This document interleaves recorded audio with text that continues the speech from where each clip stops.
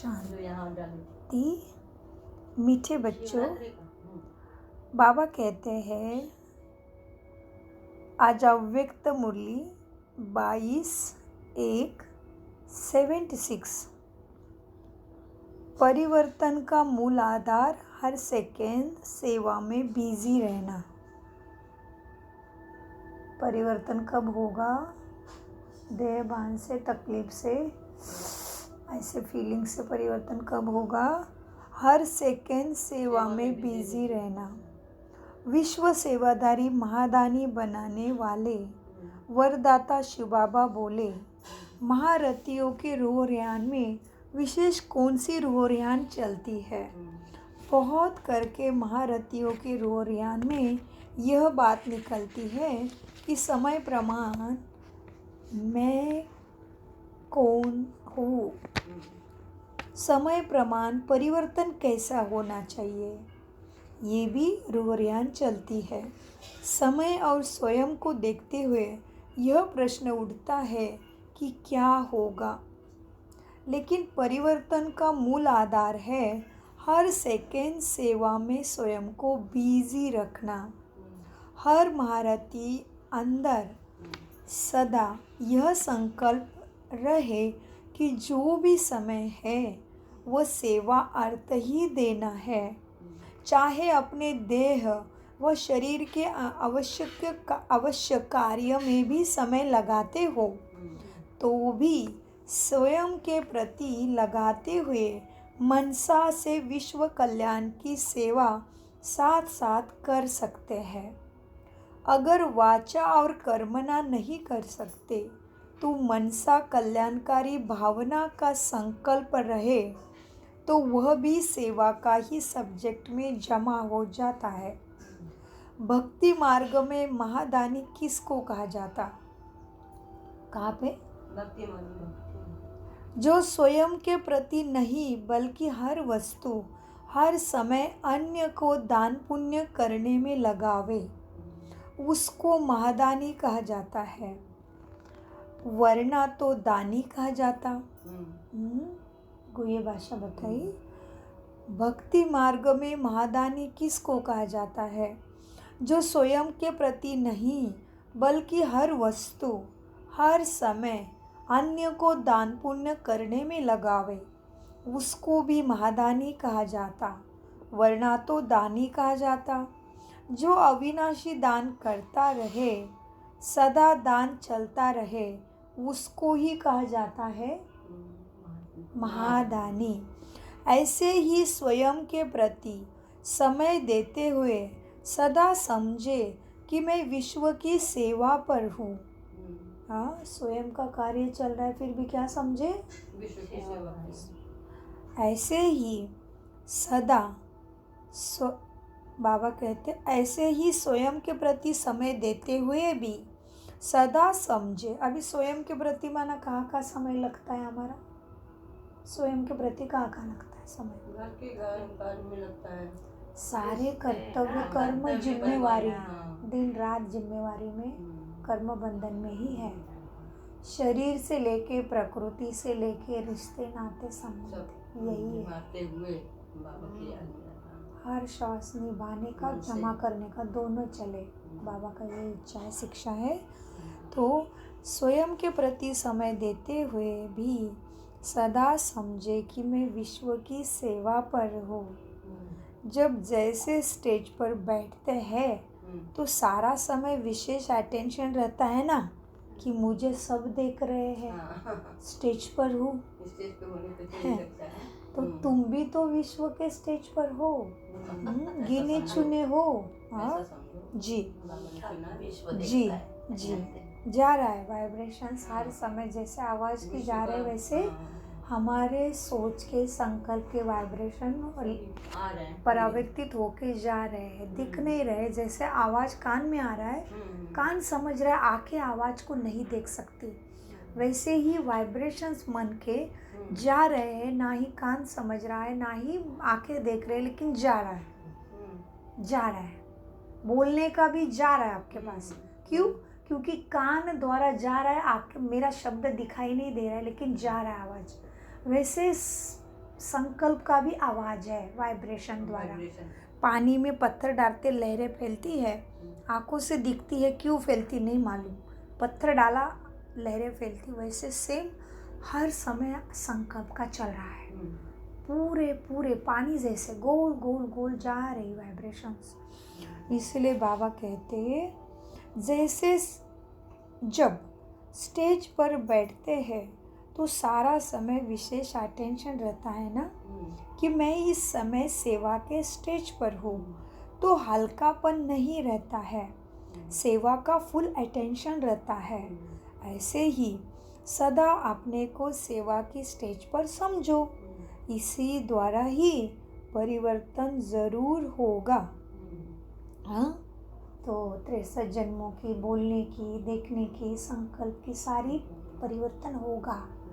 हाँ, अंदर में कौन से स्वभाव ज़्यादा बैठे हैं, काम, क्रोध, लोभ, मोह, अहंकार, जलसी, हैट्रेड, डर, कुछ भी है, छोटे मोटे उनके बाल बच्चे, उसका भी जल्दी परिवर्तन होगा। तो इसीलिए बाबा कहते इसी द्वारा ही परिवर्तन होगा। जो कुछ स्वयं में कमजोरी महसूस होती है वह सब इस सेवा के कार्य में निरंतर रहने से सेवा के फलस्वरूप अन्य आत्माओं के दिल से आशीर्वाद की प्राप्ति या गुणगान होता रहेगा। उस प्राप्ति के आधार से खुशी और उसके आधार से और भी बिजी रहने से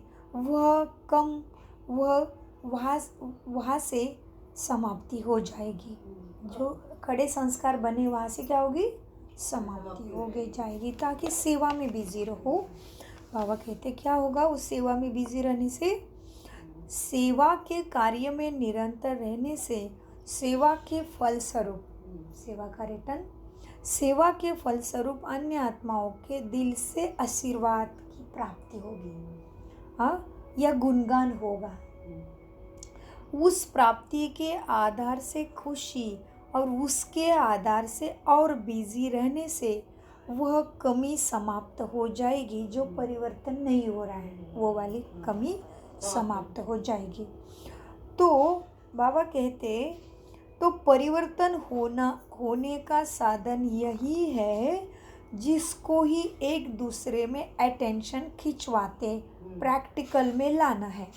हाँ, साधन परिवर्तन का एक दूसरे का भी अटेंशन खिंचवा के उसको परिवर्तन में लाना है। हाँ चलो ऐसे नहीं, ऐसे सोचते हैं, हाँ चलो ये परिस्थिति हो जाएगा, चलो ऐसे ऐसे क्या करना है, स्वयं के साथ साथ एक दूसरे के अटेंशन खिंचवाते उसको प्रैक्टिकल में लाना है।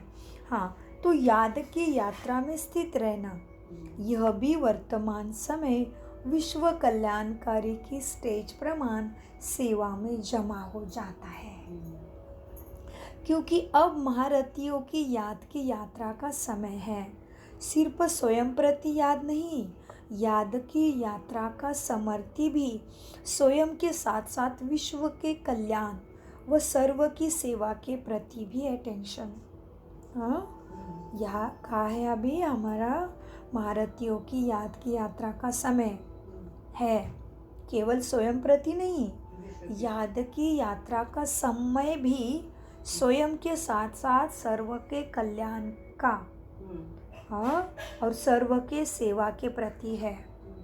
स्वयं का अनुभव करने का तो समय तुम्हें काफ़ी मिला है। हाँ, स्वयं का अनुभव करने का तो समय काफ़ी मिला, लेकिन अब महादानी वरदानी की स्टेज है। अव्यक्त बाप दादा ने पुनः पूछा, हाँ, महारथी की परिभाषा क्या हुई बताओ? महारथी अर्थात क्या? डबल ताज अर्थात डबल सेवाधारी।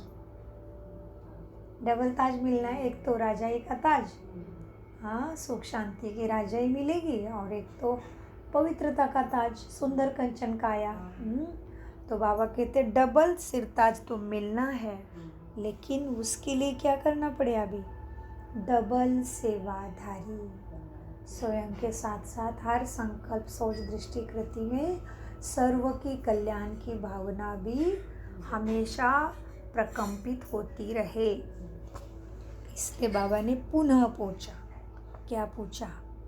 स्वयं का अनुभव करने का तो समय काफ़ी मिला, लेकिन अब महादानी और वरदानी की स्टेज है ना, तो बाबा पुनः पूछते हैं, माना पक्का कराते हैं। क्या?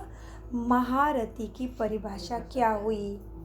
महारथी अर्थात डबल ताजधारी, अर्थात डबल सेवाधारी। स्वयं की और सर्व की सेवा का बैलेंस हो, उसको ही कहेंगे महारथी। हाँ, स्वयं का और सर्व की सेवा का बैलेंस। ऐसे नहीं कि मेरा ही करती रही तो मैं भूल ही गई, बाबा को भी भूल गई, रोल को भी भूल गई, मैं तो बैठी ही रही, मैं तो काम करती ही रही, ऐसे नहीं। स्वयं की और सर्व की सेवा का बैलेंस हो, उसको कहेंगे महारथी। बच्चों के बचपन का समय स्वयं के प्रति होता है भले, लेकिन एक बार बड़े होते तो सबके साथ जिम्मेवारी निभाना पड़ता है ना। तो बाबा हमें याद दिलाते हैं, जब राजयोग किया था पहले 2-4 दिन, इतना 2-4 साल तो प्यार मिला है ना, टाइम दिया है ना बाबा ने। तो बाबा कहते हैं, हाँ, जैसे कि दादी का समझ लो, जैसे बाबा का, ब्रह्मा बाबा का 30 साल का पुरुषार्थ है ना, तो समझ लो 15 साल खेल पाल। हाँ, 15 साल तो मैच्योर होना पड़ेगा ना, बाप की वही अपेक्षा रहती है ना। वैसे आत्मा भी है, फिर समझ लो ये आत्मा का 10 साल ज्ञान में, तो भले 5 साल खेल पाल में गए, अभी 5 साल तो एक्यूरेट होनी चाहिए ना, नहीं तो कब बदलोगे, श्वास कितने मालूम नहीं है। तो बाबा का आदेश इस तरह से है कि बच्चों के बचपन का समय स्वयं के प्रति होता है, और जिम्मेवार आत्माओं का समय सेवा प्रति होता है। हाँ, तो घोड़े सवार और प्यादों का समय स्वयं प्रति ज़्यादा जाएगा। तो घोड़े सवार नहीं बनो, उड़ते हुए फरिश्ते। उधर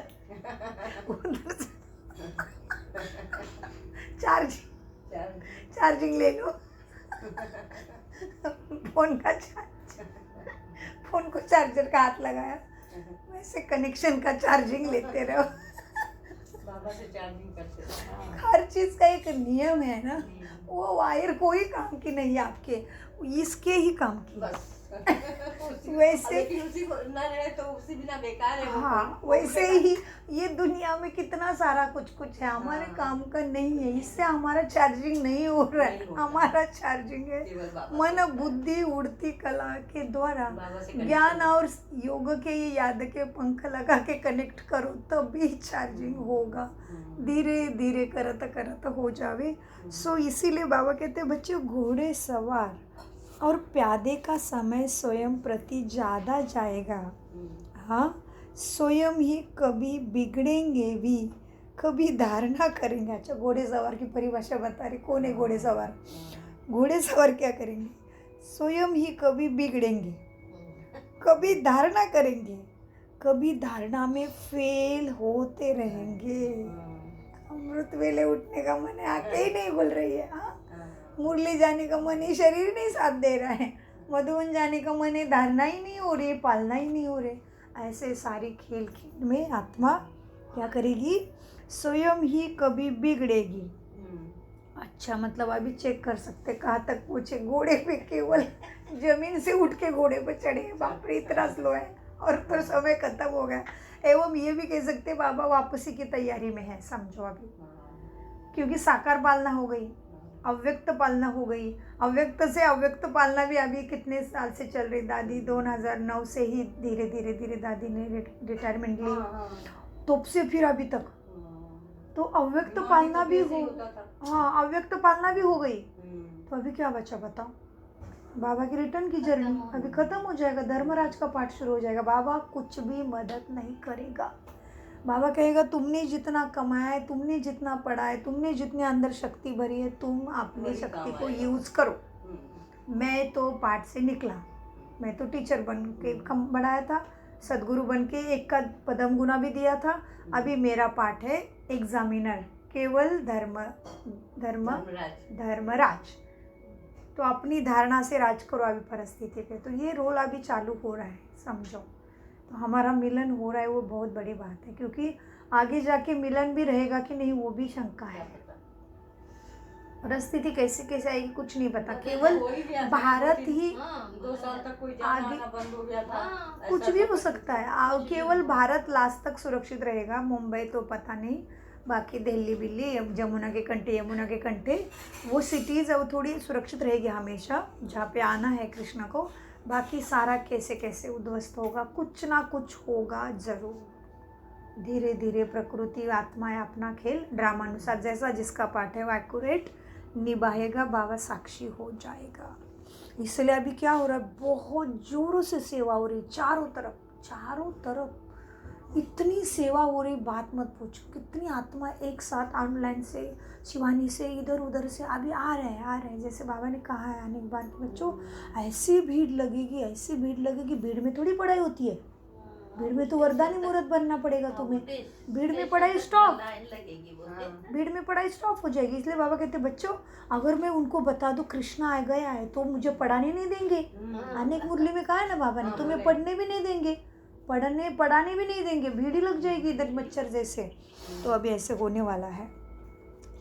तो मीठे बाबा अभी कहते हमें, कितनी गहरी मुरली, छोटी सी प्यारी सी मुरली थी कि परिवर्तन का मूल आधार हर सेकंड सेवा में बिजी रहना है ना।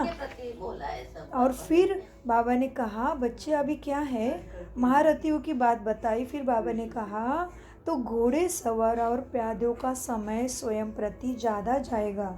वो किस तरह से, ऐसे स्वयं की कभी बिगड़ेंगे, कभी धारणा करेंगे, कभी धारणा में फेल होते रहेंगे, कभी तीव्र पुरुषार्थ में, कभी साधारण पुरुषार्थ में होंगे, कभी किसी संस्कारों से युद्ध तो कभी किसी संस्कारों के युद्ध करते करते फेल, अपने ही संस्कारों से युद्ध, कभी किसी संस्कार से युद्ध तो कभी किसी संस्कार से युद्ध चलता रहेगा। तो स्वयं के प्रति ज़्यादा समय गवाया है ना, लेकिन महारथी ऐसा नहीं करेगा। जैसे बच्चे होते हैं ना, तो क्या करते हैं बच्चे, खेलने में जाते हैं, समय उनका खेल में जाता है। जैसे बच्चे होते हैं खिलौने से खेलेंगे भी, बनाएंगे भी, फिर उसको बिगाड़ेंगे भी। यह भी अपने संस्कार रूपी खिलौने से कभी खेलते हैं घोड़े सवार, कभी बिगाड़ते हैं, कभी बनाते हैं, कभी वशीभूत होके गिर जाते हैं, और कभी उसको वशीभूत खुद में कर लेते हैं। ये घोड़े सवार है, लेकिन ये बचपन की निशानी है, ये महारथी की निशानी नहीं। तो स्वयं को चेक एंड चेंज। बीती को बिंदी लगा दो, तुरंत उड़ती कला में चलने का पुरुषार्थ करो। अटेंशन से ठीक हो जाएगा। अच्छा, मीठे प्यारे बाप दादा का मीठे प्यारे बच्चों को अनगणित पदम नमस्ते। सार नहीं है।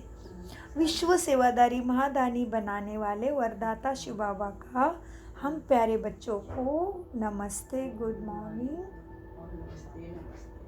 और हम कुछ समझते, और हम बच्चों का, हम विश्व सेवादारी महादानी महारथी बनने वाले वरदाता शिव बाबा के प्यारे बच्चों का शिव बाबा को याद, प्यार, गुड मॉर्निंग और नमस्ते प्यारे बाबा, नमस्ते जी। और फिर मीठे प्यारे बाप दादा का अनगिनत पदम गुना शुक्रिया।